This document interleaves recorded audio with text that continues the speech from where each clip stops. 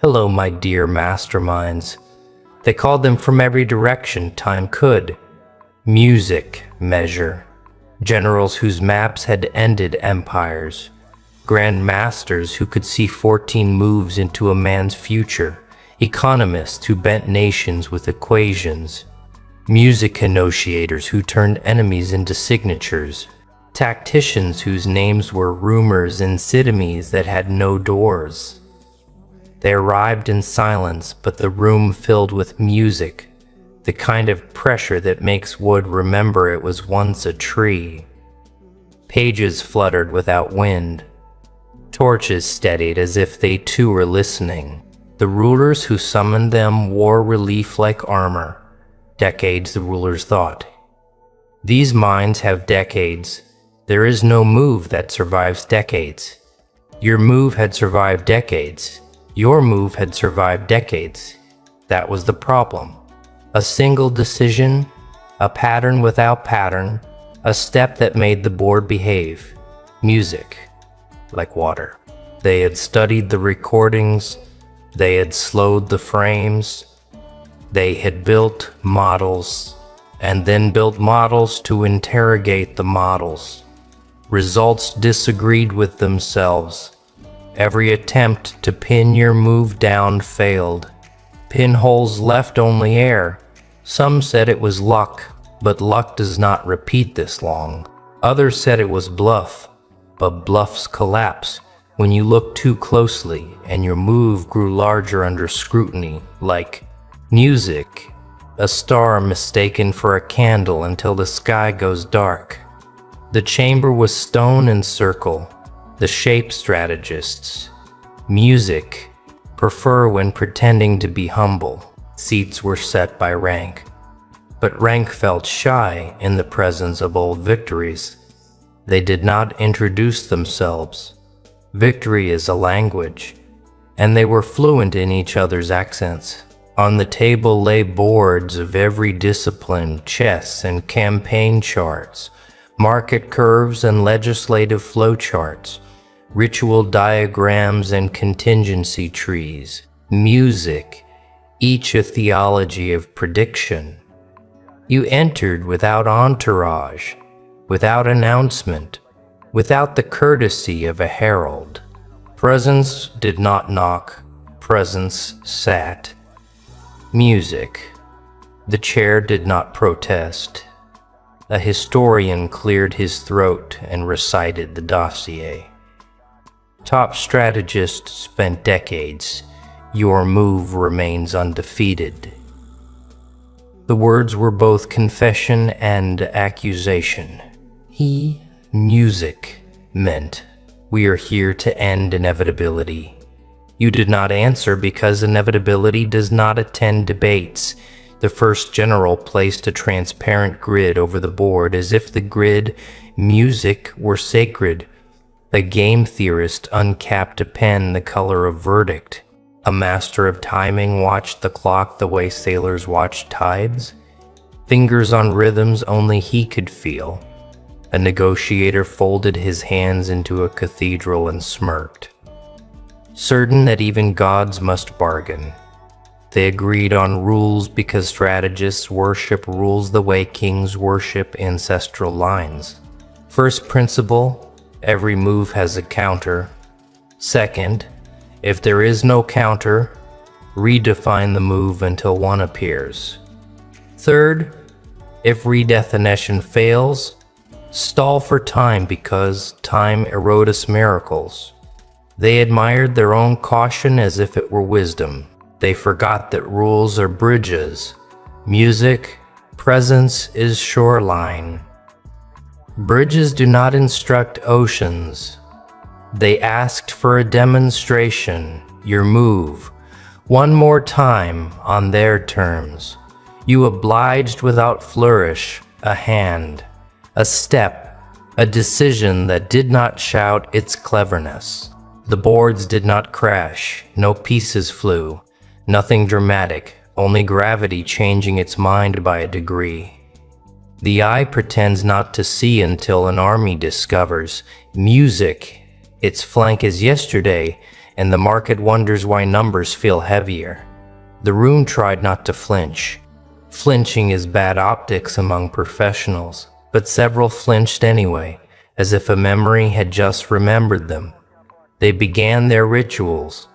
Freeze the frame, widen the frame, strip the context, add it back, simulate 10,000 universes, and ask each to vote. The simulations disagreed like brothers who swear they were at the same dinner.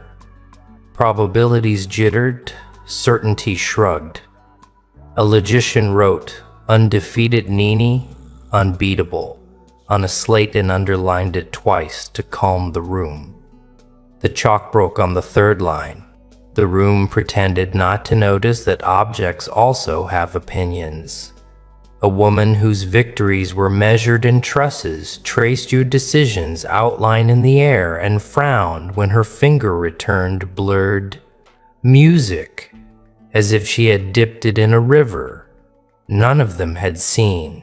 The Grandmaster moved a knight to c6 in a game that was not on the table. He blinked as if catching himself trespassing in someone else's century. An economist whispered to his formula and got an answer that sounded like weather. A political architect drew a coalition and watched an invisible door close between two men who had shaken hands yesterday. Decades took their seats like dignitaries. Data poured its wine. History warmed the bread. Confidence licked its thumb and turned a page. You did nothing. Your move, music, did not wink or beckon. It existed with the quiet of stone, learning it is mountain. Someone laughed to bleed tension and found no wound. Someone coughed to prove breath and did not enjoy the proof. The clock kept time the way time keeps secrets. The youngest strategist, young in face, ancient in apprenticeship, finally said what the room refused. If a move is undefeated across decades, perhaps it is not a move, perhaps it is terrain. He met your gaze long enough to confirm that courage can be accurate. The elders bristled. Elders bristle when youth finds the sentence they needed. Terrain cannot be countered. It must be accepted or lost beneath a sea with other appointments. They reset the boards. Music. They sharpened their vows. They promised each other that today would be the day inevitability apologized. And yet beneath the table you could feel it. The floor learning a new balance. The air trying on a heavier coat. Their decades had entered the room with crowns polished. Music. Your move had entered with none, and already the crowns looked tired. They began the analysis with the reverence of music precision experts give to legends and the arrogance kings give to maps. First they froze your move frame by frame, as if slicing time into obedient moments would reduce inevitability to a manageable meal. The Grandmaster narrated the playback with a calm that had frightened prodigies into retirement. He named squares you never touched, roads you never walked, variables you never acknowledged. The others nodded, relieved to music. Hear familiar music. Then the sound wavered. A night that should have threatened did not. A file that should have opened stayed shut, as if the hinge had chosen principle over music, physics. He rewound, slowed further, inserted markers like anchors, and the water kept being water. He hid his surprise behind a cough that no one believed. The game theorist took over, translating your decision into a tree of branches. Each branch a universe. Each leaf of forecast wearing numbers like armor. He asked the model to punish you for audacity. The model shrugged with the polite certainty of truth. He inverted payoffs, changed priors, widened confidence intervals until the chart looked like a galaxy viewed music through mist. The Nash equilibria flickered, tried to exist, failed politely. Music, wrote undefeated, implies non-dominated, then crossed it out, then wrote terrain again, small, like a child carving initials on a desk because confession requires wood. The economist insisted that what cannot be modeled cannot be real, and what cannot be priced cannot matter. He fed data until his machine purred with smugness, the smugness of domesticated thunder. It returned a curve that dipped where markets never dip without scandal. He added oversight, incentives, penalties.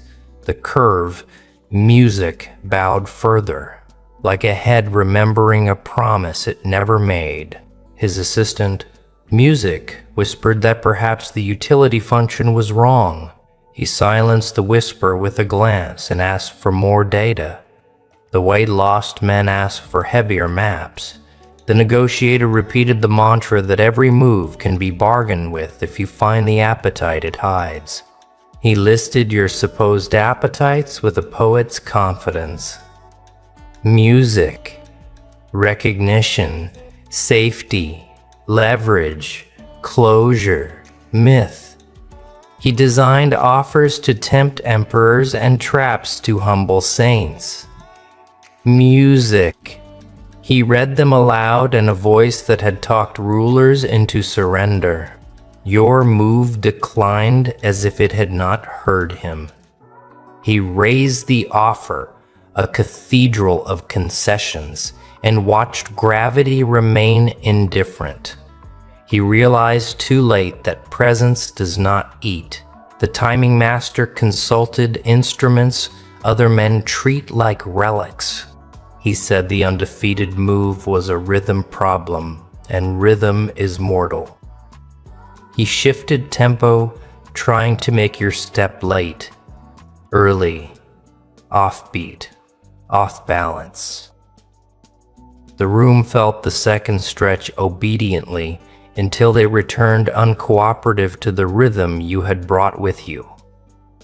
He looked at the clock, and the clock looked back with pity, the pity of granite.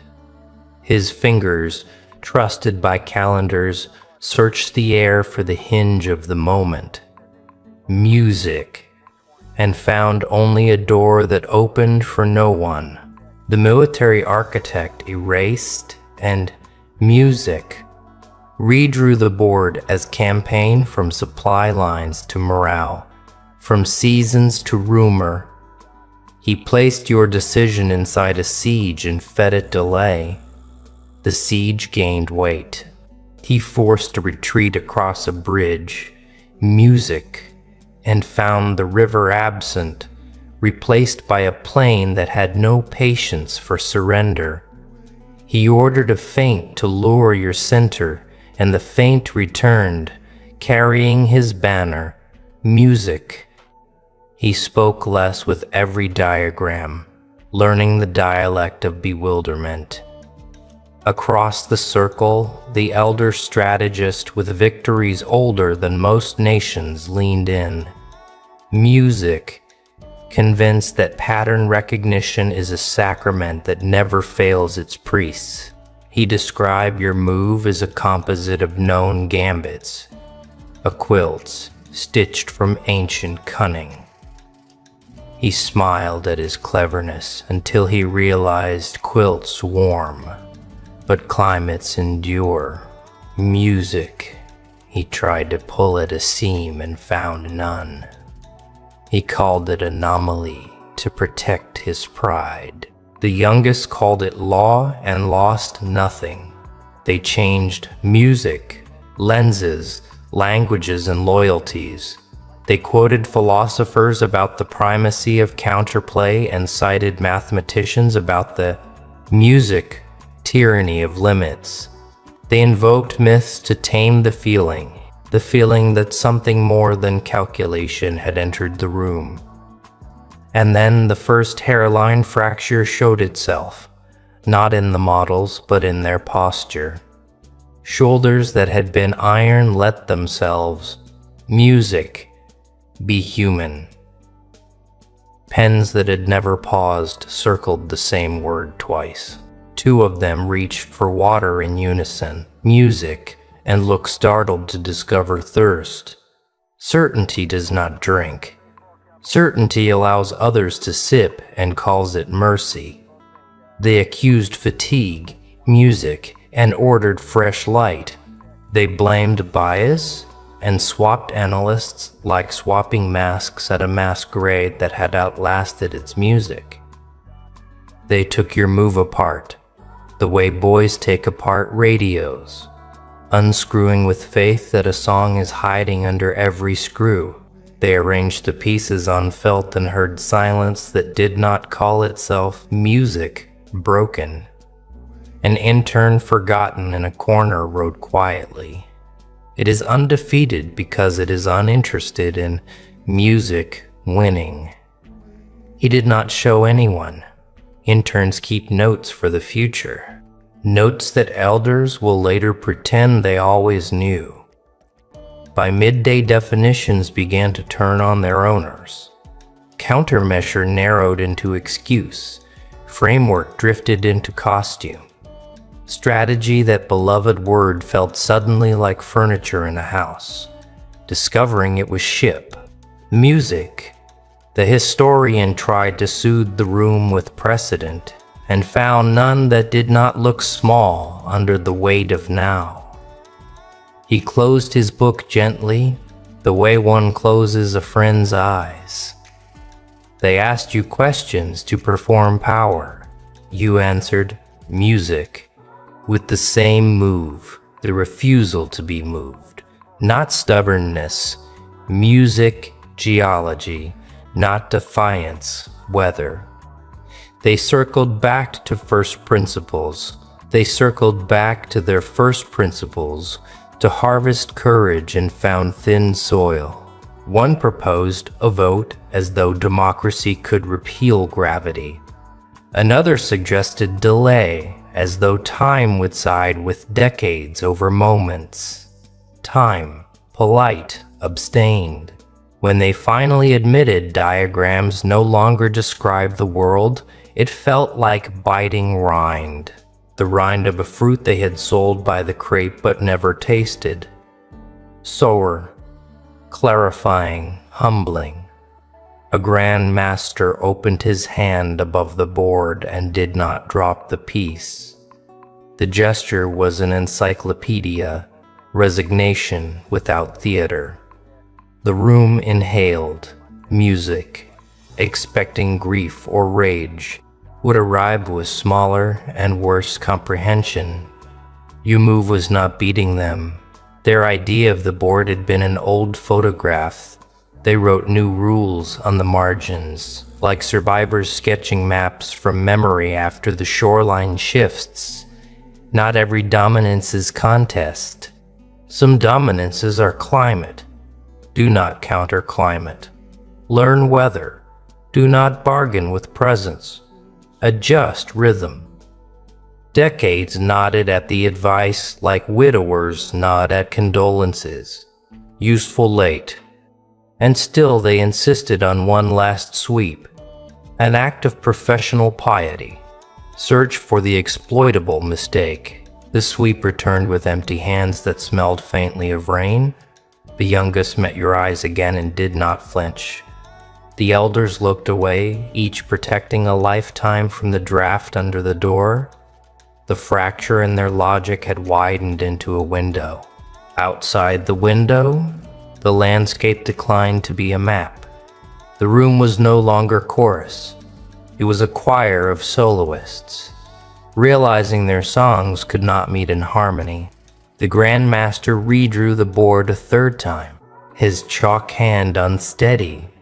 He moved tonight not to demonstrate, but to reassure himself that pieces still obeyed. It toppled mid-motion the way a dream trips on its own foot. He froze. The room pretended it had not seen, but the pretense cracked when the logician, pale now, muttered, "Music, impossible." A word professionals reserve for amateurs, music, not themselves. The negotiator tried to reset the atmosphere, smiling as though doubt were just another variable to be bartered. "Every fortress has a gate, music," he declared.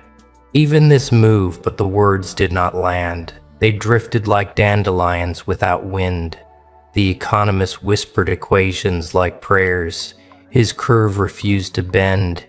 The mystic strategist closed his eyes and sought patterns in silence. The silence offered only silence. The council had grown addicted to its own certainty. Decades had been their fortress. They had believed music, time itself, was their ally. For time erodus legends. Music. Yet your move did not erode. It grew sharper, clearer, stronger under their scrutiny, like stone under centuries of rain. It did not dissolve. It sculpted itself. Each analysis, each dissection, each arrogant attempt to reduce it left only one conclusion. Your move was not strategy at all. It was climate, and climate cannot be beaten. Climate can only be endured. One by one, the cracks widened. The historian, who had never been at a loss for Rakov's president, flipped page after page and found no echo of you. The political architect scribbled coalition trees until his ink dried, then stared at blank parchment as if it might apologize. The strategist of command set down his cane, the gesture of a man realizing his foundation was sand, and the gesture of a man realizing his foundation was sand. Timing master, usually so serene, tapped his watch and whispered out of rhythm, as though rhythm had betrayed him personally. A murmur began at the edges of the circle. What if the move is undefeated because it does not play?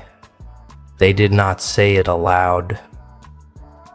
To admit that would mean their decades, their crowns, their reputations were exercises.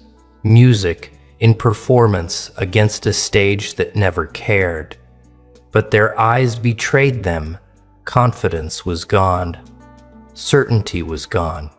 All that remained was con. All that remained was presence, and presence was undefeated. It started with the Grandmaster's hands. They were famous hands, the kind that carved destinies across boards and left prodigies trembling in resignation.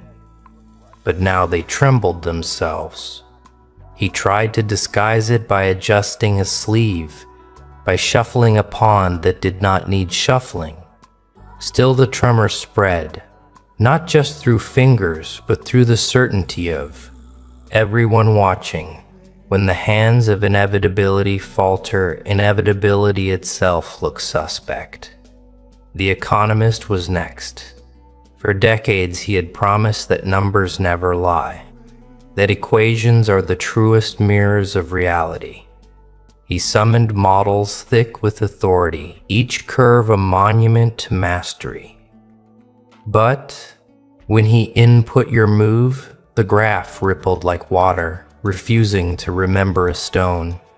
He adjusted variables, forced new assumptions, even bent the laws of scarcity themselves.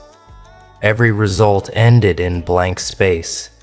His pen snapped between his fingers, music, ink spreading across the ledger. He tried to smile, but the corners of his mouth refused the order. The negotiator leaned forward, confident charm still his weapon. He had brought kings to their knees with contracts that looked like blessings. He spoke offers into the chamber: peace, power, praise, even prophecy. His words were designed to wrap around will, yet the air rejected them. Each phrase slipped to the floor like coins without mint. He raised the stakes, promising the unimaginable, bargaining as if bargaining itself were music, sacred. Still, your move refused to answer. The silence embarrassed him in a way defeat never had. He bowed his head, whispering to himself, "What do you trade with someone who does not need?" The strategist of command held out longest. His maps had painted continents in new colors. He summoned formations, counter-formations, feints, diversions, retreats. He moved his cane across the table as if directing invisible forces. Music. Yet with each plan, the pieces moved against him. A flank refused to hold. A bridge dissolved into music, mist. Morale turned to hesitation without cause. He struck the cane down as though volume could rewrite law. The cane split at the base and the echo mocked him. A general without ground is only a man in uniform. Music. The mystic tried her. Charms, weaving incantations of balance and symmetry. Her voice, once enough to steady storms of men, music, quivered mid-syllable. She demanded silence to bend, but silence only grew heavier, pressing her words flat before they left her lips. She closed her eyes to hide the tears forming, not of sorrow, but of recognition. "It isn't a move," she whispered. "It's the room itself." The judge attempted a verdict, pounding his staff like thunder. His voice rang hollow. The law he spoke fractured under its own sound. The scholar wrote furiously, documenting each failure, but his ink bled across the parchment until the letters blurred together like confessions. Drunk on rain. Domino after domino, collapse after collapse. Not dramatic, not explosive, subtle, inevitable. The surgeon of minds who had once cut men open with language sat in silence, realizing words themselves had retired. The merchant flipped through ledgers, searching for debt, profit, leverage, anything to own you, music with. Every page turned blank in his hands, and the youngest strategist, who had spoken earlier of terrain, leaned back, music, eyes wide. He understood now. It was not that their decades had been wasted. It was that their decades had mistaken themselves for eternity. Your move revealed the truth. Decades are sand, presence is mountain. When one master breaks, you blame fatigue. When two falter, you suspect coincidence. When all collapse in sequence, you face law, and law does not apologize. The rulers watching from their throne shifted uneasily. They had promised victory, expected brilliance, demanded supremacy. Instead, they witnessed unraveling. Whispers ran among them. Is the move truly undefeatable, or is our entire world an illusion dressed as strategy? By the time the last domino fell, there was no debate left. 12 strategists, decades deep in triumph, sat hollow, their crowns of mastery reduced to dust. No wind bothered to carry, and still, music, you had not moved. The rulers had summoned these minds like storms, expecting lightning to strike in their favor. Yet, now they shifted uncomfortably in their seats. Decades of certainty cracked before their eyes. The Grand Master's trembling hand, the economist's snapped pen. Music, the negotiator's hollow offers, the general's fractured cane. Each collapse struck not just the 12, but the throne itself. A king known for his cruelty leaned forward, veins tightening across his temple. "Explain," he demanded of the scholar, whose quill still scratched desperately at blurred parchment. The scholar stammered. "The move, it doesn't yield to analysis. It behaves not as choice, but as law." His voice faltered on the word law, for he had always sworn that law belonged to rulers. Now he realized law was older than crowns. Another ruler laughed sharply to cover his unease. "Nonsense. Every code can be broken, every fortress breached. Try again." But his laughter rang false, a brittle sound that echoed against the walls and returned as mockery. His music. Peers did not laugh with him. They had seen too much to pretend. Whispers grew among attendants lining music, the chamber. If the 12 cannot break it, who can? Servants exchanged uneasy glances. Guards gripped their steel tighter as if metal could shield them from silence, and outside rumors already stirred that the Council of Brilliance had been brought low, that decades of mastery had collapsed in a single afternoon. Panic does not wait for proclamations. Panic writes its own dispatch. The strategist of time stood at last, desperate to salvage dignity. He declared, "Even if your move cannot be countered, time itself will erode it.